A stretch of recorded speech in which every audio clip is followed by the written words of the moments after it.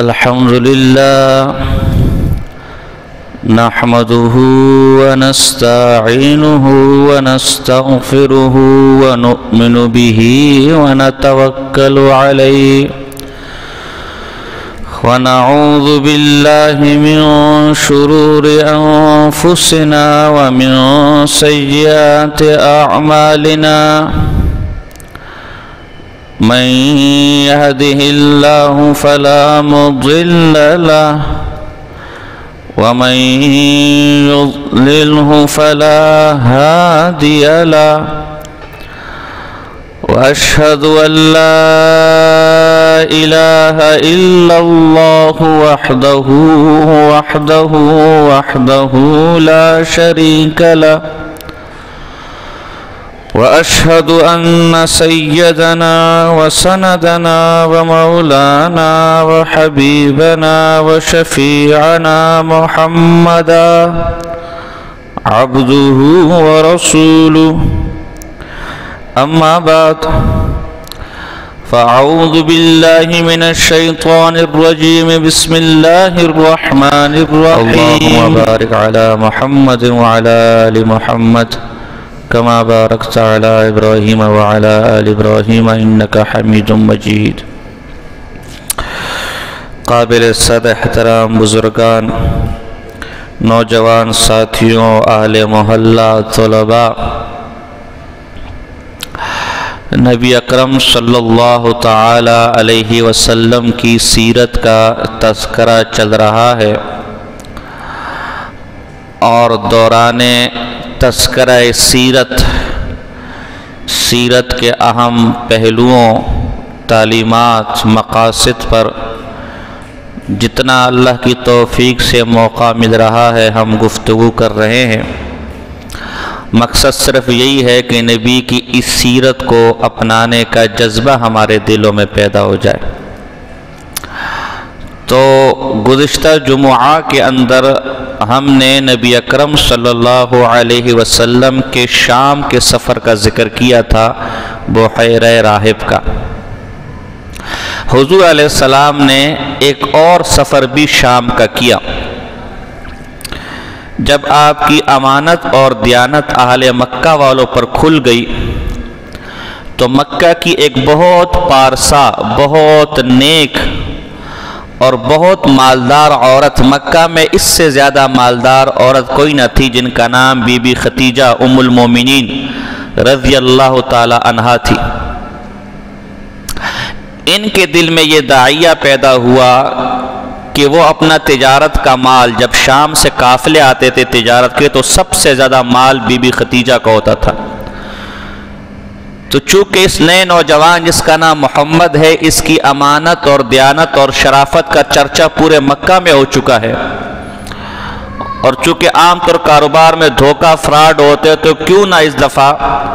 اس نوجوان کے ذریعے سے کاروبار کیا جائے، اسے اپنا شریک کاروبار بنایا جائے۔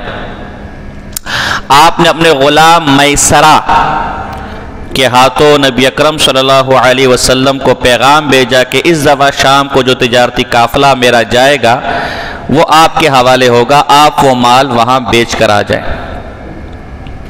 نبی اکرم صلی اللہ علیہ وسلم نے اس کی حامی بھری اور بی بی خدیجہ کا مال لے کر بصرہ کی طرف روانہ ہو گئے، چلے گئے۔ اور میسرہ کو اچھی طرح سمجھایا بی بی خدیجہ نے کہ جس کے ساتھ میں تمہیں روانہ کر رہی ہوں، اس کے ایک ایک عمل پر نظر رکھنا، لوگوں سے ملنے میں کیسا ہے، گفتگو میں کیسا ہے، کاروبار میں کیسا ہے، لین دین میں کیسا ہے، اور مجھے آ کر بتلانا۔ دراصل بی بی خدیجہ کے اپنے دل میں یہ داعیہ پیدا ہو گیا تھا کہ وہ اس نوجوان سے شادی کریں۔ یہ انشاءاللہ آگے چل کر ہم گفتگو کریں گے۔ میسرہ آپ کے ساتھ روانہ ہوا بصرہ کی طرف، اور اس موقع پر آپ کے ایک ایک پہلو کو دیکھتا رہا، نبی اکرم صلی اللہ علیہ وسلم کے ایک ایک عمل کو دیکھتا رہا۔ اور جب یہ قافلہ واپس آیا تو ایک تو میسرہ نے یہ گواہی دی کہ بی بی صاحبہ اس جیسا دیانتدار سچا سچا آدمی میں نے اس سے پہلے اپنی زندگی میں نہیں دیکھا۔ اور دوسرا کام یہ ہوا کہ اس دفعہ بی بی خدیجہ کو ڈبل ٹرپل نفع ہوا کاروبار کے اندر۔ تو یہاں آ کے ہم رکیں گے،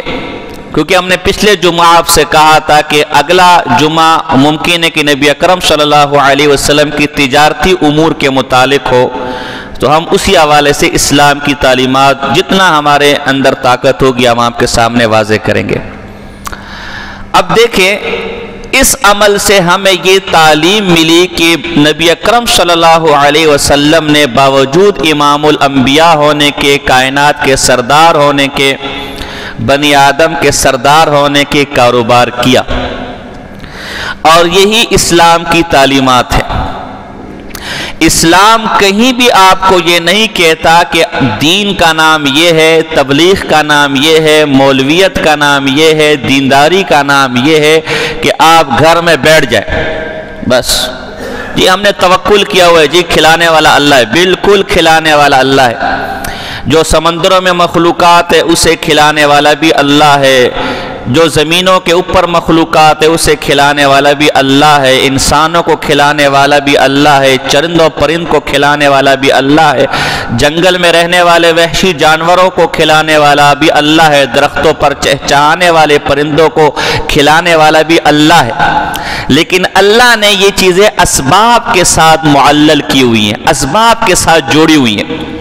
اللہ کا ایک نظام ہے کہ سبب اختیار کرو گے تو تمہیں رزق ملے گا۔ ہاں یہ ضرور ہے کہ اعتماد اس سبب پر نہ ہو، سبب تو اس لیے اختیار کرے کہ اللہ نے حکم دیا ہے، باقی اس پر نتیجہ کیا مرتب ہوگا یہ اللہ پر چھوڑ دے۔ توکل یہ ہے، ہم نے توکل کا غلط معنی نکالا ہوا ہے، ہم نے توکل والا معنی بنی اسرائیل والا نکالا ہوا ہے کہ من و سلوہ اللہ دے گا، تو تم کو تو اللہ واقعی دے رہا تھا، نبی کا معجزہ ہے۔ توکل کا یہ معنی ہرگز نہیں ہے کہ سب کچھ چھوڑ کر اللہ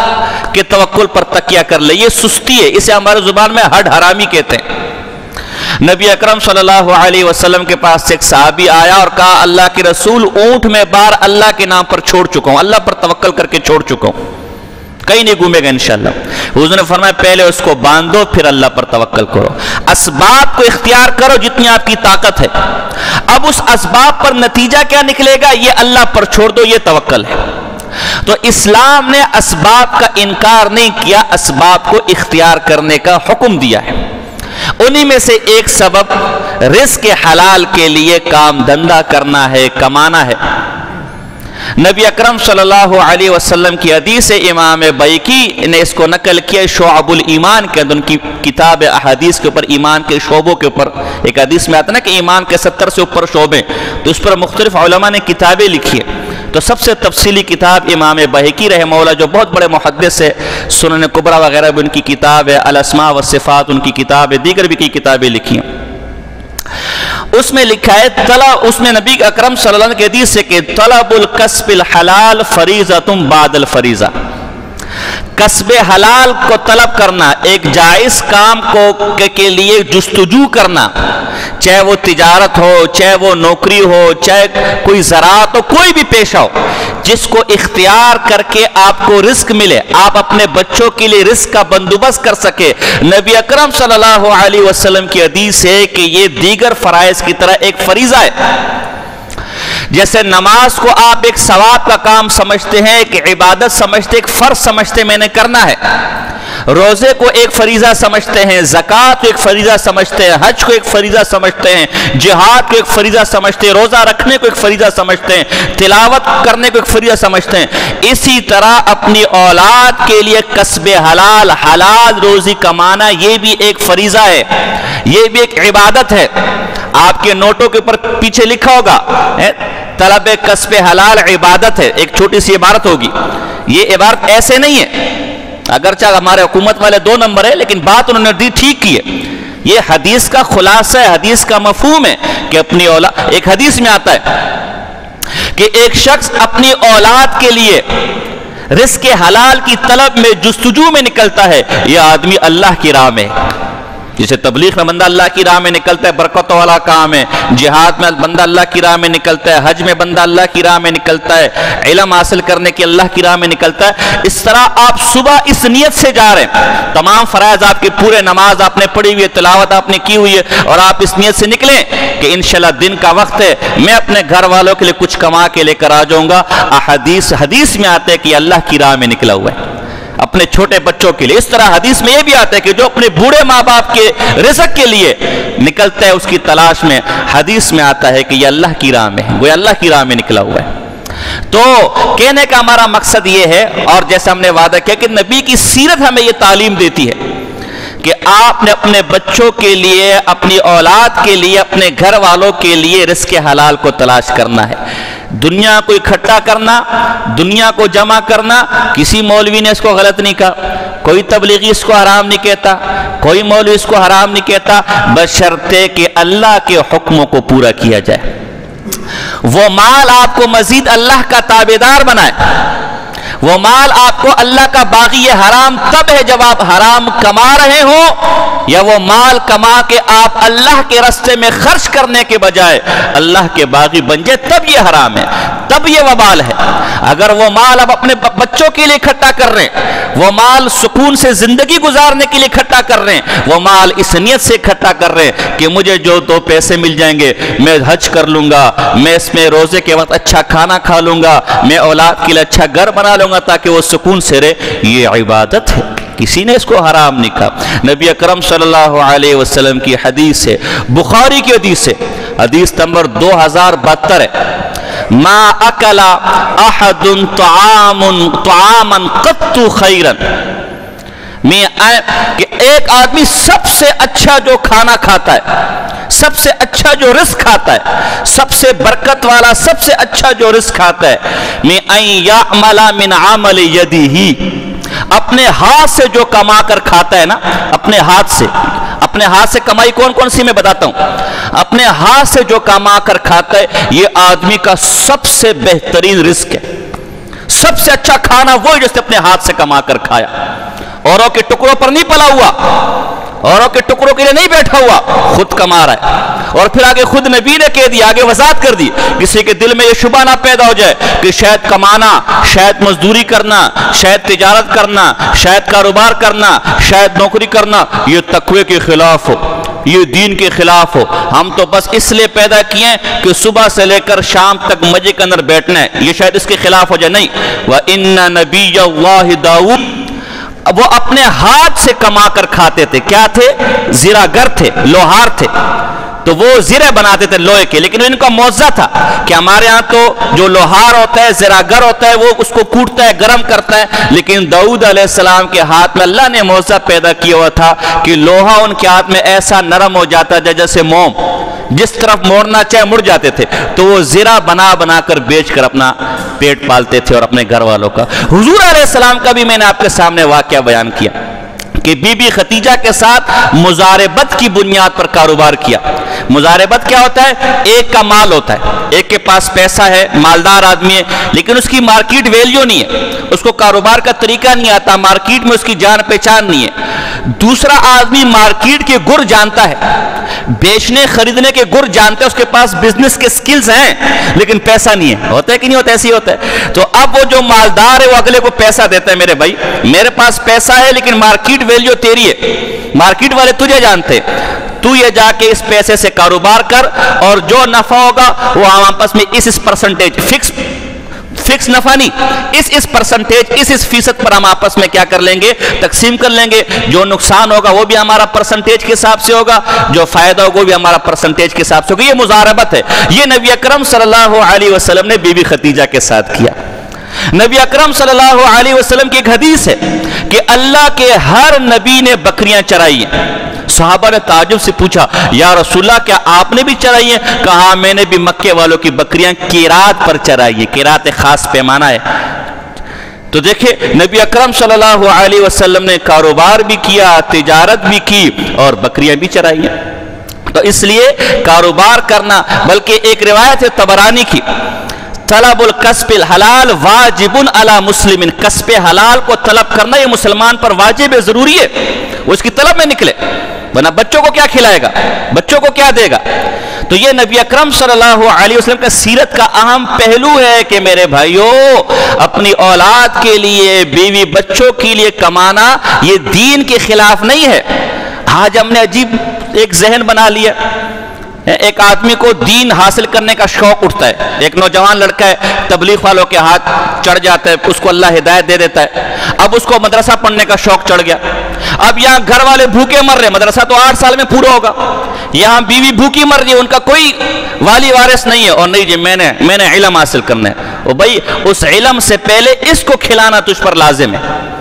اس علم سے پہلے اس کا خرچہ پورا کرنا تجھ پر لازم ہے۔ ایک آدمی کو حج کا شوق چڑھ گیا، اچھی بات ہے، میں نے حج کرنا ہے، حج آج کل 8-10 لاکھ میں ہو رہا ہے، اب وہ ادھار اٹھا کے پیسے جمع کر رہے ہیں، اور یہاں بیوی بیچاری بھوکی مر رہی ہے، یہاں بچے بیچارے بھوکے مر رہے ہیں، اور بھائی تیرا کام اب یہاں بیوی بچوں کو پالنا ہے، اصل یہ اس وقت تیرا حج ہے،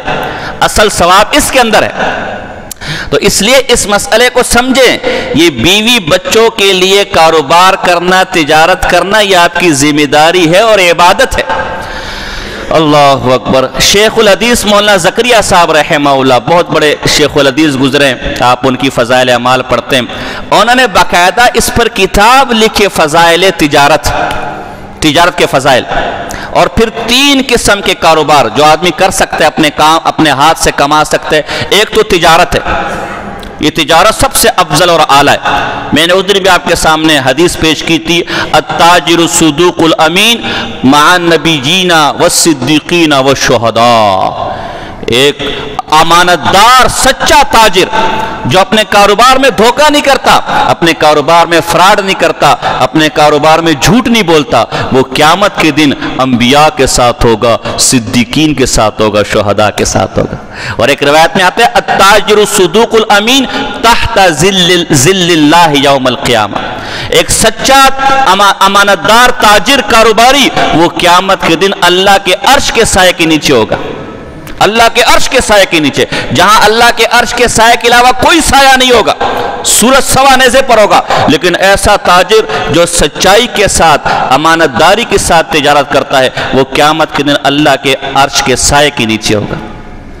اور طبرانی کی روایت ہے، ایک تو تجارت، دوسرا زراعت۔ شیخ زکریا فرماتے ہیں اگر ایک آدمی تجارت نہیں کر سکتا، زراعت کرے۔ زراعت کا دوسرا کام یہ، آدم علیہ السلام زراعت کرتے تھے، کھیتی باڑی کرتے تھے، یہ آدم علیہ السلام کا پیشہ ہے۔ اور تیسرا اجارہ، کاروبار کے لیے پیسے بھی نہیں ہیں، تجارت کے لیے،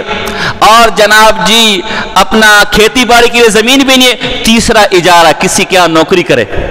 کسی کا اجیر ہو جائے۔ یہ تینوں طریقے، اس کے علاوہ جو کوئی طریقہ ہے کسب حلال کا وہ آپ کریں، وہ عبادت ہے۔ نبی اکرم صلی اللہ علیہ وسلم کی ایک حدیث ہے طبرانی کی، ان اللہ یحب المحترف، حرفت والا، صنعت، کاریگر آدمی، کوئی بھی کاریگر ہو، ایک آدمی گھر بہترین بنانا جانتا ہے، یہ کاریگر ہے، ایک آدمی الیکٹریشین ہے، ایک آدمی کھانے پکانے کا کام اچھی طرح جانتا ہے، ایک آدمی شیشے کا کام اچھی طرح جانتا ہے، ایک آدمی خوشبو کا کام اچھی طرح جانتا ہے، کوئی بھی کام جو کاریگر ہے، فرمایا جو کاریگر ہے نا اور اس اپنی کاریگری سے کماتا ہے، اللہ کو یہ آدمی پسند ہے، اللہ اس آدمی کو محبوب رکھتا ہے۔ کیوں کہ یہ آدمی اس کاریگری کے ذریعے کما کر اپنی اولاد کو جا کر دیتا ہے، اپنی بیوی کو جا کر دیتا ہے، اپنے ماں باپ کو جا کر دیتا ہے، یہ عبادت ہے، یہ صدقہ ہے۔ نبی اکرم، آج ہم نے یہ بھی ذرا سمجھ لے، ذہن بنا لے، آج ہم نے سمجھو کہ شاید گھر والوں کو کھلانا یہ بوجھ ہے، باہر کے غریبوں کو کھلانا یہ بہت بڑا صدقہ ہے، نہیں، یہ جو گھر والوں کے لیے لا رہے ہو، کھلا رہے ہو اللہ کے بندو، یہ بھی صدقہ ہے۔ دینار انفقتہ فی سبیل اللہ، نبی اکرم کی حدیث ہے، ایک دینار، ایک پیسہ وہ ہے جو تو نے اللہ کی راہ میں صدقہ کیا، وَدِینَارٌ أَنفَقْتَهُ عَلَىٰ أَهْلِكَ، اور ایک دینار، ایک پیسہ وہ ہے جو تو نے اپنے گھر والوں پر صدقہ کیا، أَعْظَمُهَا أَجْرًا الَّذِي أَنفَقْتَهُ عَلَىٰ أَهْلِكَ، یہ ایک دینار وہ تھا جو تو نے اللہ کی راہ میں کسی غریب کو دے دیا، کسی مدرسے میں دے دیا، کسی طالب علم کو دے دیا، کسی فقیر کو دے دیا، کسی بیوہ کو دے دیا، کسی غریب پڑوسی کو دے دیا، کسی اور غریب کو دے دیا، اور ایک دینار وہ تھا جو لے کر ایک گھر والوں پہ خرچہ کیا، آج گھر والوں کو بہترین کھانا کھلاؤں گا، آج گھر والوں کے لیے کپڑے لے کر آؤں گا، آج گھر والوں کی ضرورت کا، ان دونوں میں سے جو زیادہ اجر والا پیسہ ہے اللہ کیا، وہ پیسہ جو تو نے گھر والوں پر لگایا ہے۔ گھر والوں پر خرچ کرنا یہ بھی ثواب ہے، یہ بھی صدقہ ہے، اس میں بھی اللہ کی رضا ہے۔ تو اس لیے کام دھندے کو کبھی برا نہ سمجھے۔ تمام انبیاء نے کہا، بڑے بڑے ائمہ آپ دیکھ لیں، ایک ہمارے امام گزرے امام قدوری رحمہ اللہ، ان کی مختصر قدوری مشہور ہمارے درس نظامی کے اندر موجود ہے۔ تو قدوری ہانڈی بنانے والے کو کہتے ہیں، تو ہم طلبہ کو سمجھاتے ہیں یہ ہانڈیاں بناتے تھے، جیسے بار آپ کے ہانڈیوں والے ٹنگ ٹنگ ٹنگ کرتا رہتا ہے ریڑھی کے اندر، تو ہانڈیاں بناتے تھے اور یہ بیچتے تھے۔ ایک بہت بڑے امام گزرے ہیں، امام ابو بکر جساس، علوم قرآن پر کتابیں لکھی انہوں نے، تو یہ جساس چونے والے کو کہتے ہیں، یہ چونے کا کاروبار کرتے تھے۔ اللہ، صحابہ کو آپ دیکھ لیں، صحابہ سے بڑا توکل والا کوئی ہوگا؟ صحابہ سے بڑا دنیا سے بے رغبت کوئی ہوگا؟ لیکن آپ ابو بکر صدیق کو دیکھ لیں، کپڑے کے تاجر تھے۔ اللہ، عمر فاروق تاجر تھے، عثمان غنی او ہو وہ تو کروڑ پتی آدمی تھے۔ میں نے غزوہ تبوک کا واقعہ سنایا تھا آپ کو کہ 300 اونٹ دیے تھے، 1000 دینار۔ 1000 دینار آج کل بہت احتیاط سے اگر میں بات کروں تو 1 دینار $300 بنتا ہے آج کل کے زمانے میں، تو 1000 دینار کا حساب نکالیں آپ، یہ غزوہ تبوک کے اندر دیے تھے۔ عبد الرحمن بن عوف رضی اللہ تعالیٰ عنہ، اسے تو ہم آج کی زبان میں بلینئر کہہ سکتے، ملینئر بھی نہیں، بلینئر تھے۔ اللہ اکبر، اتنی جائیداد تھی کہ جب یہ فوت ہوئے تو جائیداد میں سونے کی اینٹیں چھوڑی، اور وہ سونے کی اینٹیں کاٹ کے پھر تقسیم کی گئی۔ 4 بیوائیں چھوڑی اور بیواؤں کا حصہ 8واں ہے، اس کے باوجود بھی 80,000 دینار تو بیویوں کو ملے۔ فوت ہوتے وقت بدری صحابہ کے لیے 400 دینار وصیت کی، اور اس وقت 100 کے قریب بدری صحابہ موجود تھے۔ وفات کے وقت بھی 40,000 دینار صدقہ کیا اور 1000 گھوڑے صدقہ کیا اللہ کی راہ میں۔ اتنی جائیداد صدقہ کرنے کے باوجود ہی چھوڑی۔ ایک باغ ازواج مطہرات کے لیے وقف کیا، وہ باغ جب بکا تو 4 لاکھ درہم کا تھا۔ یہ بلینئر تھے۔ تو اگر جائیداد جمع کرنا کوئی بری بات ہوتی، کاروبار کرنا کوئی بری بات ہوتی، کسب حلال کرنا کوئی بری بات ہوتی، یہ صحابہ اور یہ انبیاء کام کبھی نہ کرتے۔ اللہ اکبر۔ ہمارے ایک بہت بڑے امام گزرے، امام ابو فقہ کو آپ اٹھا لیں، ہمارے فقہ میں سب سے جو مشہور کتاب ہے ہدایہ، یہ سب سے مشہور کتاب ہے، جس نے ہدایہ پڑھی ہوتی کہتے ہیں یہ ہدایہ پڑھ کر آئے میرے بھائی، بڑا مفتی ہے جو ہدایہ پڑھاتے کہتے ہیں بڑا مفتی ہدایہ پڑھا رہے ہیں۔ تحدیث بن نعمت کے طور پہ کہہ دوں، میں خود ہدایہ پڑھا رہا ہوتا ہوں۔ تو یہ ہدایہ یہ ہمارے فقہ کی بہت بڑی کتاب ہے، آخری کتاب جو ہم طلبہ کو پڑھاتے ہیں مسائل کی فقہ کی۔ اس ہدایہ کی جو اس وقت چھپی ہوئی ہے وہ 4 جلدیں، ان 4 جلدوں میں 2 جلدیں مستقل، 2 جلدیں یہ معاملات کی، کاروبار کی، 2 جلدیں عبادات کی اور 2 جلدیں کاروبار کی۔ گویا آدھا دین کاروبار ہے، صرف نماز روزہ زکوٰۃ یہ دین نہیں ہے، بلکہ کاروبار کرنا، اولاد کے لیے کمانا، اپنے لیے کمانا، یہ بھی دین ہے۔ ہاں، ہمارے بہت بڑے امام گزرے، امام ابو حنیفہ رحمہ اللہ، بہت بڑے امام گزرے۔ امام سیوطی رحمہ اللہ ایک بہت بڑے امام گزرے، قریباً 1800 سے اوپر کتابیں لکھی ہیں۔ ابھی ترکی سے ان کی کتابوں کا مجموعہ چند کتابوں کا 30 جلدوں میں چھپ کر آیا ہے۔ تو امام سیوطی شافعی ہیں، انہوں نے امام ابو حنیفہ کے فضائل پر ایک کتاب لکھی تبییض الصحیفہ، اس میں لکھتے ہیں اول من دون الفقہ ورتبوا ابوابا فهو ابو حنیفہ تھا۔ سب سے پہلے نبی کے فقہ کو جس نے جمع کیا ہے اور اسے مرتب شکل میں دنیا کے سامنے پیش کیا وہ امام ابو حنیفہ رحمہ اللہ۔ ایک ترکی کے بہت بڑے عالم گزرے ہیں سلطنت عثمانیہ کے دور کے، نو آفندی، ان کی کتاب ہے الدر المنظم۔ یہ طلبہ خیال کرے، ایک الدر المنظم وہ امام سیوطی کی ہے، وہ اللہ کے ناموں کے فضائل پر ہے، ایک در المنظم وہ سیرت پر ہے، یہ الدر المنظم نو آفندی کی ہے فی مناقب الامام الاعظم۔ اس میں لکھے کہ امام ابو حنیفہ رحمہ اللہ نے قرآن و حدیث سے 12.5 لاکھ مسائل نکال کر امت کے سامنے پیش کیے۔ اتنے بڑے امام تھے، یہ سمجھیں انہوں نے کوئی اپنا فقہ نہیں بنایا تھا، بلکہ قرآن سے مسائل، جیسے آج ہم کہتے ہیں نا بخاری کی حدیث ہے، کہتے کہ نہیں کہتے، یہ حدیث مسلم کی ہے، تو کوئی کہے گا نام مرادہ بخاری کوئی نبی ہے جو اس کی حدیث ہے، مسلم کوئی حدیث ہے جو اس کی، کوئی نبی ہے جو اس کی حدیث ہے، تو ہم کیا کہیں گے، اوے اللہ کے بندے حدیثیں تو رسول اللہ صلی اللہ علیہ وسلم کی ہے، لیکن امام بخاری نے جمع کر کے دے دیے۔ تو فقہ تو نبی اکرم صلی اللہ علیہ وسلم کا ہے، مسائل تو قرآن و حدیث کے، لیکن جمع امام صاحب نے کر کے دیے، تو اس لیے ہم اس کی طرف کیا کرتے ہیں، نسبت کرتے ہیں کہ امام صاحب کی فقہ میں ہی ہے، امام صاحب نے یوں لکھا ہے۔ تو یہ اتنے بڑے امام گزرے، اللہ اکبر۔ آج جتنے بھی مسائل اب ہم سے پوچھتے ہیں، ہم امام حنیفہ صاحب نے وہ نکال کر دی، کتنی بڑی پریشانی سے ہمیں بچا لیا نا، کتنا بڑا احسان ہے امت پر۔ ابھی آپ ہم سے مسئلہ پوچھے، اپنے ٹینشن ہوتی، قرآن کھولو مسئلہ نکال کر دو، حدیثیں تو ہو ہزاروں حدیثیں کھول کر نکالو، ڈھونڈو، پھر یہ حدیث صحیح ہے ضعیف ہے، اس کا کیا مطلب ہے۔ امام صاحب نے کتنی آسانی کر دی، مسائل نکال کر ہمیں دے دیے، اب ہم نکال کر دے دیتے۔ تو یہ اتنے بڑے امام تھے، لیکن ان کے ریشم کا کارخانہ تھا، ریشم کا کارخانہ چلاتے تھے، اللہ اکبر۔ تو اگر کاروبار کرنا کوئی بری بات ہوتی تو اتنا بڑا امام کبھی عبداللہ ابن مبارک رحمہ اللہ، اللہ اکبر، محدثین کا استاذ ہے، اتنا بڑا امام ہے۔ امام نووی کہتے ہیں کہ عبداللہ ابن مبارک اتنا بڑا عالم تھا، اگر اس کا نام لے کر اللہ سے دعا کی جائے، اللہ اس کے نام کی برکت سے وہ دعا قبول کر لے گا۔ یہ عبداللہ ابن مبارک کاروبار کرتے تھے، لوگوں نے اعتراض کیا، ہوئے اتنا بڑا محدث ہو کر، اتنا بڑا حدیث کا امام ہو کر تو کاروبار کرتا ہے۔ عبداللہ ابن مبارک نے جواب دیا، تجھے کیا معلوم کہ میرے کاروبار سے 400 گھروں کا چولہا جلتا ہے، کہتے۔ تو یہ اتنے بڑے بڑے ائمہ کاروبار کرتے۔ تو اگر کاروبار کرنا یا اولاد کے لیے کمانا یا تجارت کرنا یہ کوئی بری چیز ہوتی، یہ لوگ کبھی کرتے۔ سفیان ثوری رحمہ اللہ کا قول مجھے یاد آ گیا، بہت بڑے تابعی گزرے اور بہت بڑے محدث ہے۔ حلیۃ الاولیاء امام ابو نعیم کی کتاب ہے، حلیۃ الاولیاء کے اندر ان کا واقعہ لکھے، ان کا قول لکھے سفیان ثوری رحمہ اللہ کا، کہ ہمارے زمانے میں مال جمع کرنا ضروری ہے، حلال پیسے جمع کرنا ضروری ہے۔ پہلے زمانے میں نہیں تھا، کیوں کہ پہلے زمانے میں غریبوں کو حقیر نہیں سمجھا جاتا تھا، غریبوں کو ذلیل نہیں سمجھا جاتا تھا، چاہے غریب ہو چاہے امیر ہو، ایک دوسرے کی عزت ہوتی تھی۔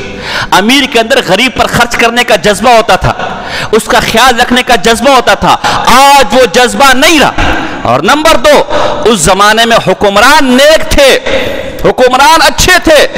وہ یہ سمجھتے تھے اگر فرات کے کنارے پر کتا بھی بھوکا مر جائے، قیامت میں میرے سے پوچھا جائے گا کہ تیری حکومت میں اللہ کی ایک مخلوق بھوک سے تڑپ تڑپ کے مر گئی ہے، تو کس بات کا حکمران تھا۔ لیکن اب وہ حکمران نہیں رہے، اب حکمران ذلیل کرتے ہیں، اب حکمران مال دے کر اپنے فائدے نکالتے ہیں، اب حکمران پیسے دے کر اپنی مدح سرائی کرواتے ہیں۔ لہذا ان کے شر سے بچنے کے لیے آج کے دور میں مال جمع کرنا ضروری ہے تاکہ بندہ مستغنی رہے۔ وہ حکمران تو رہے نہیں نا کہ جو غریبوں کا خیال رکھے، اب تو غریبوں کو نچوڑتے ہیں، جو غریبوں کی عزت کا خیال رکھتے ہیں ذلیل کرتے ہیں۔ شیخ سعدی رحمہ اللہ،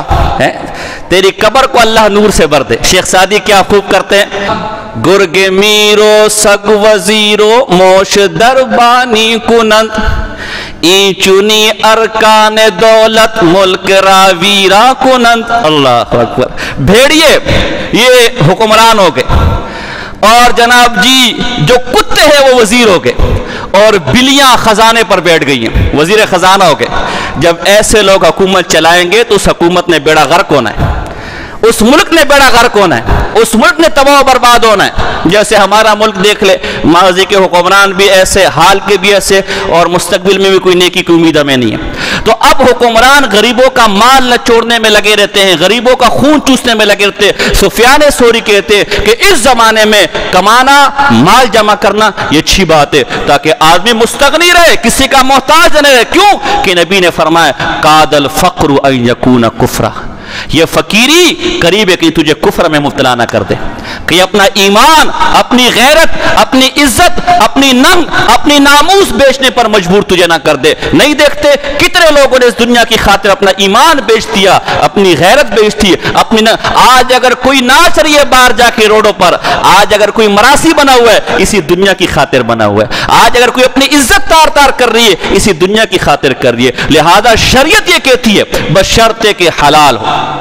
اپنے ہاتھ سے کاروبار، اپنے ہاتھ سے کاریگری، اپنے ہاتھ سے مزدوری یہ کما کے اولاد کے لیے لے کر آئے، یہ اطیب طعام ہے، پاک ترین طعام ہے اگر حلال ہے، اور اس مزدوری پر، اس کمانے پر جو تو لے کر آئے یہ عبادت ہے، اور جب گھر والوں کو یہ کھلائے گا تو یہ صدقہ بن جائے گا۔ اس لیے آپ ساتھ میں دین بھی کریں، نماز بھی پڑھنا ہے، نماز فرض ہے چھوڑ نہیں سکتے، تلاوت بھی کرنی ہے، زکوٰۃ بھی دینی، اگر طاقت ہے دیگر معاملات بھی کرنے، اور ساتھ میں اس چیز کو بھی نبی اکرم صلی اللہ علیہ وسلم کی خود حدیث ہے کہ سب سے جامع دعا ربنا آتنا فی الدنیا حسنۃ وفی الآخرۃ حسنۃ وقنا عذاب النار۔ دیکھو اے اللہ دنیا میں ہمارے لیے جو اچھا ہو وہ بھی ہمیں دے دے، اور آخرت میں جو ہمارے لیے اچھا ہو ظاہر جنت ہے وہ بھی ہمیں دے دے۔ تو اگر دنیا جمع کرنا، دنیا کمانا، دیکھو نا امیر آدمی حج کر سکتا ہے، حج کا ثواب ہے کہ نہیں؟ غریب آدمی نہیں کر سکتا۔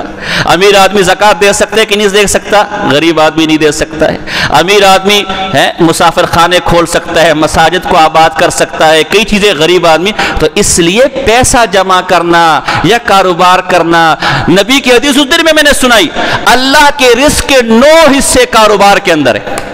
تو آپ کاروبار بھی کریں، نوکری بھی کریں، خوب محنت سے کریں، بشرطے کہ حلال ہو، بشرطے کہ پیسہ آئے تو غریبوں کا ساتھ دیں، فرعون نہ بن جائے کہ ناک پر مکھی نہ بیٹھنے دیں، بشرطے یہ کہ اس سے تکبر دل میں نہ آئے، اللہ کی بغاوت دل میں پیدا نہ ہو، بلکہ اللہ سے اور پناہ مانگے، اے اللہ اس رزق کو، اس مال کو میرے لیے آخرت میں وبال نہ بنا دے۔ تو نبی اکرم صلی اللہ علیہ وسلم کی سیرت میں